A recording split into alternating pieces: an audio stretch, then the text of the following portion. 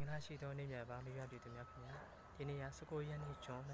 2025အမေအောင်ဆန်းစုကြည်မွေးနေ့နဲ့ကျွန်တော်ညီမလေးမွေးနေ့ဖြစ်ပါတယ်အတွက်ကျွန်တော်ဆုတောင်းမေတ္တာပို့ပေးပါမယ်အမေအောင်ဆန်းစုကြည်နဲ့ညီမလေးစိတ်ချမ်းသာခြင်းကိုယ်ချမ်းသာခြင်းနဲ့ပြည့်စုံပါစေလူရင်းဆန္ဒတွေပြည့်ဝပါစေတက်ရှိပါစေအနာရောဂါအမျိုးမျိုးကလည်းတက်တာပြောက်ကင်းဝေးပါစေဘေးရန်တွေအမျိုးမျိုးကလည်းကင်းလွတ်မြောက်ပြီးကင်းဝေးပါစေမိဘပြည်သူများခင်ဗျာဒီကတော့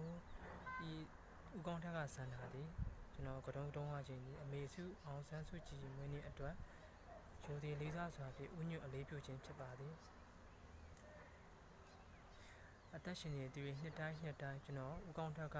သပင်ကိုကတုံးတုံးပြီးဥညွတ်အလေးပြုပါမည်လို့ကတိတစ္ဆာပြုပါသည်ဒေါ်လာကြီးမှလည်းကျွန်တော်ပြီးဆုံးတိုင်အောင်ပါဝင်ဆွေးနွေးသွားမယ်လို့မိဘပြည်သူများကိုလည်းကတိတစ္ဆာပြုပါတယ်